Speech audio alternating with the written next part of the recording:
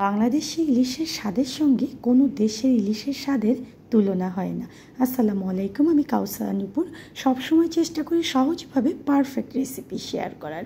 আর আমার চ্যানেলে রান্নার পাশাপাশি আমি কিন্তু বাগান বিষয়ক অনেক ভিডিও শেয়ার করি। আজকে শেয়ার করব দুই বাংলার খুবই জনপ্রিয় একটা ইলিশের রেসিপি, আর সেটা হচ্ছে পোস্ত ইলিশ। এই পোস্ত ইলিশ রান্না করার জন্য কয়েকটা টিপস ফলো করতে হয়, আর সেগুলো দেখার জন্য অবশ্যই কিন্তু পুরো সময়টা আমার সঙ্গে থাকতে হবে। আর যারা চ্যানেল থেকে দেখছেন, চ্যানেলটা প্লিজ সাবস্ক্রাইব করবেন। যারা পেজ থেকে দেখছেন, পেজে একটা লাইক এবং ফলো দেবেন। আমি এখানে 6 পিস দেখুন যে ইলিশ মাছ নিয়েছি, আর একটু হলুদ গুঁড়ো আর লবণ দিয়ে হাত দিয়ে ভালো মতো আমাদেরকে মাছটা মাখিয়ে নিতে হবে। এই লবণটা যত ভালো করে মাখিয়ে দেবেন ততটাই কিন্তু মাছটা খেতে ভালো লাগবে। আমি দেখুন যে হাত দিয়ে চেপে চেপে ভালো মতো এই ইলিশগুলোর গায়ে লবণ এবং হলুদগুলোকে মাখিয়ে দিয়েছি। আর এখানে একটা বাটিতে আমি 1 টেবিল চামচ পরিমাণ পোস্ত, 1 টেবিল চামচ পরিমাণ হলুদ সরিষা, 1 টেবিল চামচ পরিমাণ কালো সরিষা, 1 চা চামচ পরিমাণ মৌরি এবং কয়েকটা কাঁচামরিচ নিয়েছি। এটাকে একটা মিহি পেস্ট তৈরি করে নেব। সরিষা যাতে তেতো না লাগে তাই অবশ্যই কাঁচামরিচ দিয়ে এটাকে পেস্ট বানাতে হবে। এটা আপনার শিলপাটাও করতে পারবো বা ব্লেন্ডারও বেটে নিতে পারবো।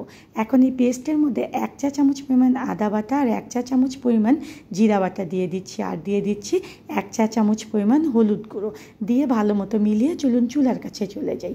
চুলায় একটা প্যান উঠিয়ে দিয়ে অবশ্যই প্যানটাকে ভালো মতো গরম করে নিতে হবে। আর এখানে দিয়ে দিচ্ছি আমি 1/4 কাপ পরিমাণ সরিষার তেল। এই রান্নাটায় সরিষার তেলের পরিমাণটা কিন্তু একটু বেশি দিতে হবে। এখন মেখে রাখা মাছগুলো এখানে দিয়ে দিচ্ছি। মাছটাকে কিন্তু আমরা পুরোপুরি ভাজবো না, জাস্ট এপাশে 1 মিনিট আর ওপাশে 1 মিনিট করে এটাকে আমাদের নেড়ে চেড়ে নিতে হবে। অবশ্যই কিন্তু এই সময় চুলার জালটাকে ফুল আঁচে রাখতে হবে। 1 মিনিট পরে দেখুন যে মাছগুলো আমি উল্টিয়ে দিচ্ছি। দেখুন জাস্ট হালকা একটু কালার এসেছে, একদম কিন্তু ভেজে নেইনি। আরও 1 মিনিট অপর পাশটা ভেজে নেওয়ার পরে আমি যে পেস্ট তৈরি করে রেখেছিলাম পুরো পেস্টটাই এর মধ্যে দিয়ে দিচ্ছি। আর এখন একেবারে মাছটা খুবই নরম রয়েছে, তাই এটাকে একদম খুন্তি দিয়ে নাড়া যাবে না। এভাবে দুলিয়ে দুলিয়ে এভাবে 2 মিনিট ধরে এটাকে কষাতে হবে।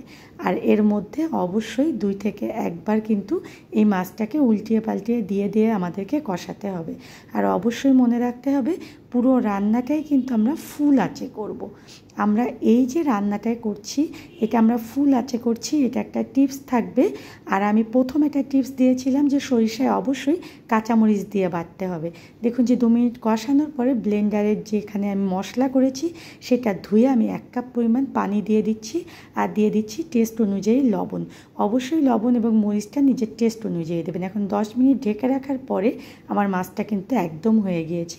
ইলিশ মাছ কখনোই কিন্তু বেশিক্ষণ রান্না করবেন না, তাহলে এটা বেশি সিদ্ধ হয়ে যাবে আর তখন কিন্তু এই টেস্টটা একদমই নষ্ট হয়ে যাবে।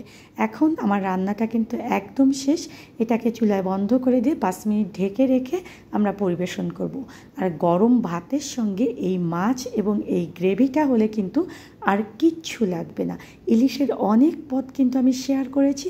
অবশ্যই চ্যানেলটা ঘুরে আসবেন, আর ভালো লাগার ভিডিওগুলো প্লিজ প্লিজ বেশি বেশি করে শেয়ার করবেন।